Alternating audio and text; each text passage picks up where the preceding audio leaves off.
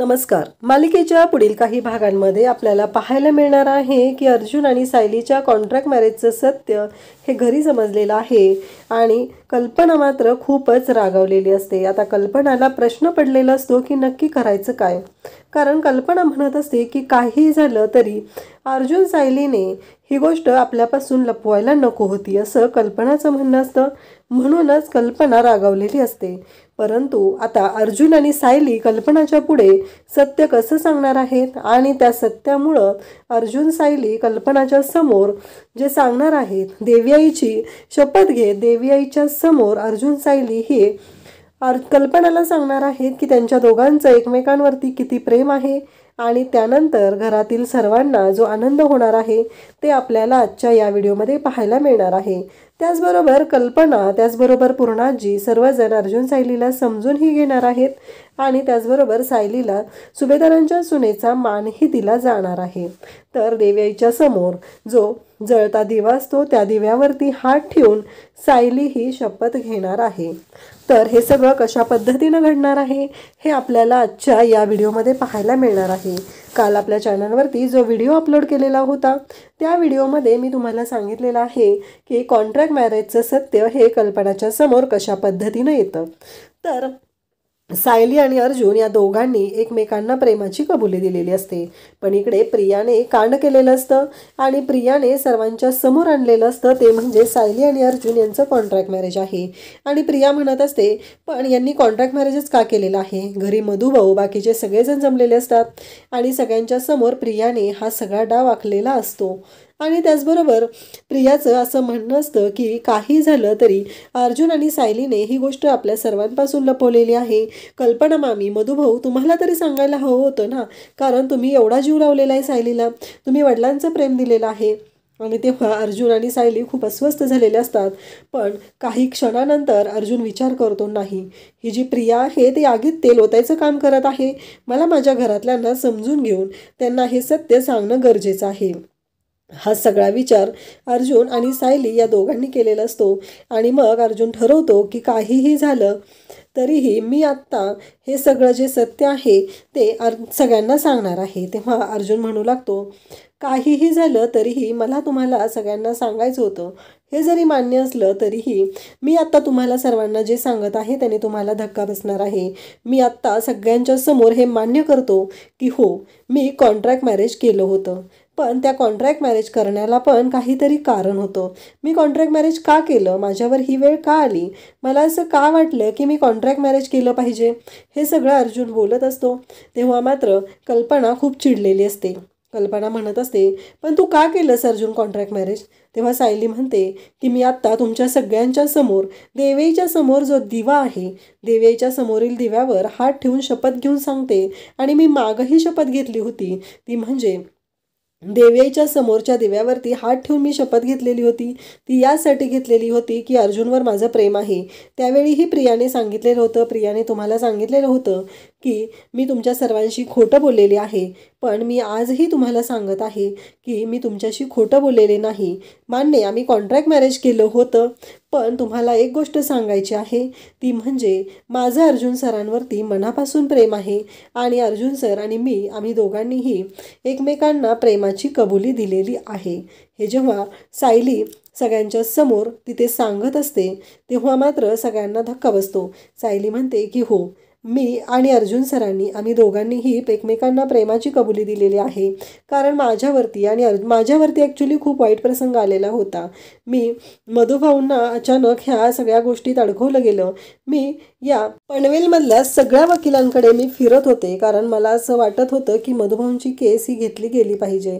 परंतु तसं झालं नाही. मधुभाऊंच्या बाबतीत खूपच विचित्र असं घडलेलं होतं आणि मला काही करून माझ्या आश्रमातल्या मुलांना न्याय मिळवून द्यायचा होता.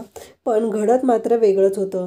आणि मग सायली सांगू लागते की मी मधुभाऊंना न्याय मिळवून देऊ शकत नव्हते. ह्या गोष्टीचं वाईट मात्र मला खूपच वाटत होतं.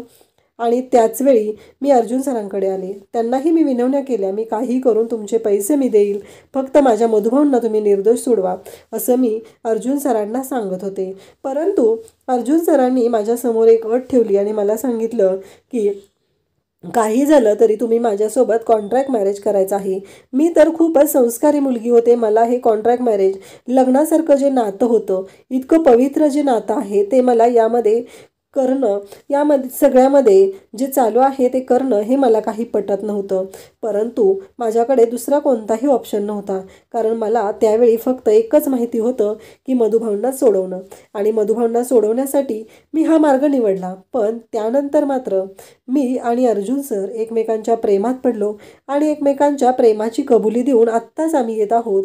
आणि आम्ही दोघांनी 7 जन्मासाठी एकत्र राहायचं ठरवलेलं आहे.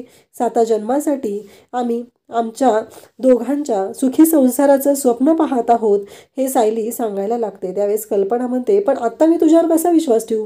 तू मला फसवलेलं आहे, तू माझा विश्वासघात केलेला आहे. तेव्हा कल्पनाला सायली म्हणते की आई, मान्य आहे मला, मी तुमचा विश्वासघात केलेला आहे. पण एक गोष्ट तुमच्या लक्षात येते का? मी विश्वासघात जरी केला असला तरी हे सगळं मी कशासाठी करत होते तुम्हाला माहितीच आहे ना. तेव्हा कल्पना म्हणते, पण कशासाठी? तर ती सांगू लागते की मला मधुभाऊंना सोडवायचं होतं, मला मधुभाऊंना या सगळ्यातून बाहेर काढायचं होतं, म्हणून मी हे सगळं केलेलं होतं. कारण मधुभाऊ माझ्यासाठी खूपच महत्त्वाचे होते. या सगळ्यासाठी मी जे माझं सगळं पणाला लावलेलं होतं, मला कळत नव्हतं की मी काय करत आहे. या सगळ्याचा त्रास मला काय भोगायला लागणार आहे याचा विचारही मी केलेला नव्हता. पण मी अर्जुन सरांबरोबर जेव्हा वेळ घालवायला लागले तेव्हा अर्जुन सरांमधला चांगुलपणा मला दिसू लागला. आणि अर्जुन सरांच्या पण मित्राचं अकाली मृत्यू झालेला होता, कुणालचा. कारण त्यामुळेही त्यांचा लग्नावरचा विश्वास उडालेला होता. आणि त्यांचं असं म्हणणं होतं की तन्वी 20 वर्षानंतर परत आलेली आहे. पण मी तन्वीशी का लग्न करू? म्हणजे तन्वीला मी कितपत ओळखतो, मग मी का लग्न करावं, असं अर्जुन सरांचं म्हणणं होतं. म्हणून अर्जुन सर पण ह्या लग्नाला तयार नव्हते. आणि मग ज्या दिवशी तन्वीचा आणि अर्जुन सरांचा साखरपुडा तुम्ही ठरवलेला होता, त्याच दिवशी अर्जुन सर आणि मी लग्न करायचं ठरलं. हे सगळं सायली बोलत असते.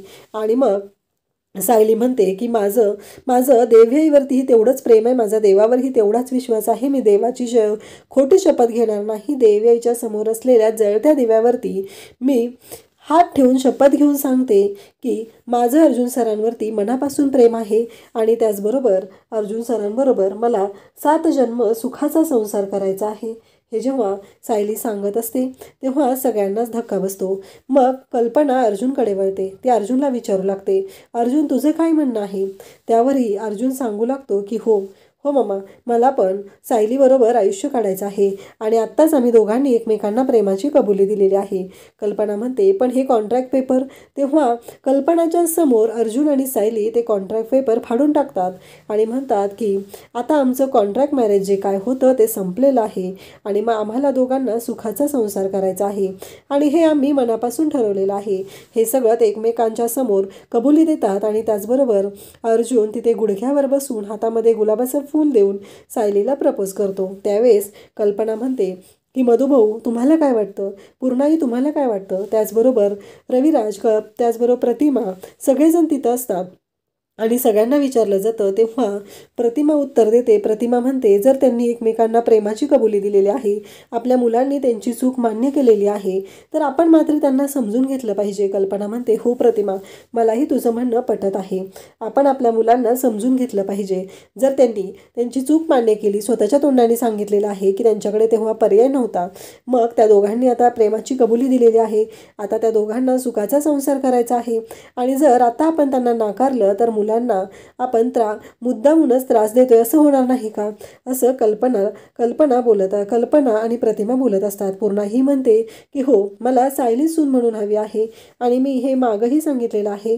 कल्पना, तुझं काय म्हणणं आहे ते सांग. कारण सुभेदारांच्या घराचा वारस वंश हे सगळं सांभाळू शकते ती फक्त एकमेव सायली आहे. सुभेदारांच्या घराला सांभाळू शकणारी आहे ती फक्त आणि फक्त सायली आहे. इतके दिवस मला फक्त वाटत होतं की नाही, पण मी आता सांगत आहे. कारण प्रामाणिकपणे सायली आणि अर्जुनने त्यांची चूक मान्य केलेली आहे, मान्य आहे. मुलांना थोडासा वेळ लागलेला आहे, मधुभाऊंना सोडवणं गरजेचं होतं, कारण त्यांच्या कॉन्ट्रॅक्ट मॅरेजच्या पेपरनुसार ह्या सर्व गोष्टी मॅटर करत होत्या. पण मुलांनी त्यांच्या चुका मान्य केलेल्या आहेत. त्यामुळं प्रताप म्हणतो की मी त्यांच्या चुका समजून घेऊन त्यांना माफ करत आहे, असं प्रतापही बोलतो. आणि मग कल्पनाही या गोष्टीसाठी तयार होते. अश्विन, चैतन्य सगळेजण सांगू लागतात.